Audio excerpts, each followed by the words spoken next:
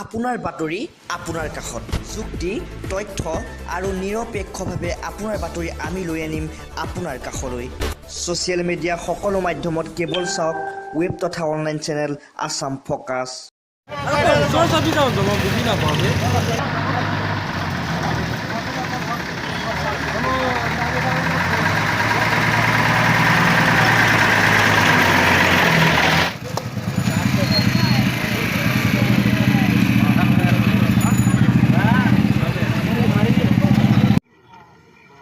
Zubeen fence club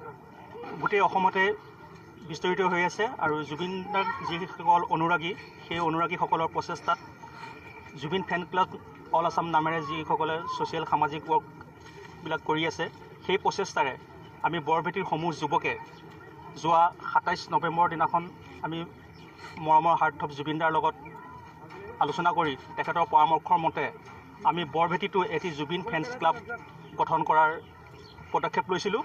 আৰু সেই Zubeen fence ক্লাবৰ লগত আমি এটা ৱৰ্ড সংযোজন কৰিছোঁ যে জুবিন ফেন ছচ ব্ৰিগেড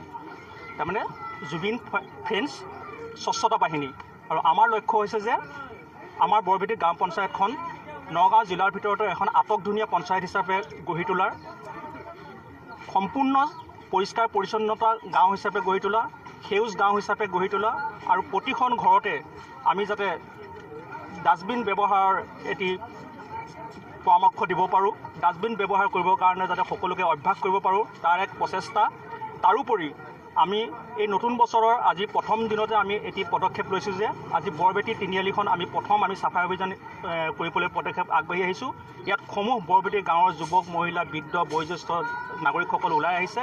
আজি সন্ধিয়া 6 বজাৰ পৰা আমাৰ চাফাই অভিযান আৰম্ভ হৈ আছে আৰু খন্তেক সময়ৰ পিছত আমি ইয়াত কিছুমান বেম্বো ডাষ্টবিন ইয়াত সংস্থাপন কৰিম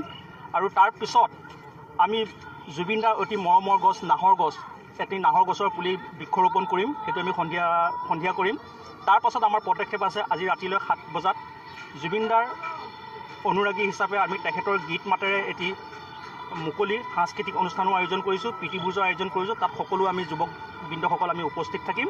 আমাৰ লক্ষ্য হৈছে এইখিনিয়ে আৰু অনাগত দিনত আমাৰ মূল লক্ষ্য হৈছে যে বৰভেটি গাঁও panchayat বৰভেটি Zubeen fence sauce brigade যাতে অসমৰ ভিতৰত জাকত জিলিকা হৈ পৰে তাৰ এক আদৰ্শ হিচাপে আমি আজি ওলাই আহিছোঁ ধন্যবাদ বহুত ধন্যবাদ যিয়ে নহওক আজি যি এটা পদক্ষেপ লৈছে সেইটোৰ কাৰণে আজি মই বহুত সুখী বহুত ভাল লাগিছে আৰু আজি এইটোৰ যোগেৰে মই এইটোৱে ক'ব বিচাৰোঁ আমাৰ সমাজৰ গোটেই মানুহবিলাক যাতে এনেকৈ লাগি থাকে আৰু সমাজৰ লগত সমাজৰ যিবিলাক কাম কৰিলে সমাজত নতুন প্ৰজন্ম উঠি আহিব পাৰে সেনেকুৱা কাম কৰি পেলাই আমাৰ নতুন প্ৰজন্মক দেখাব লাগে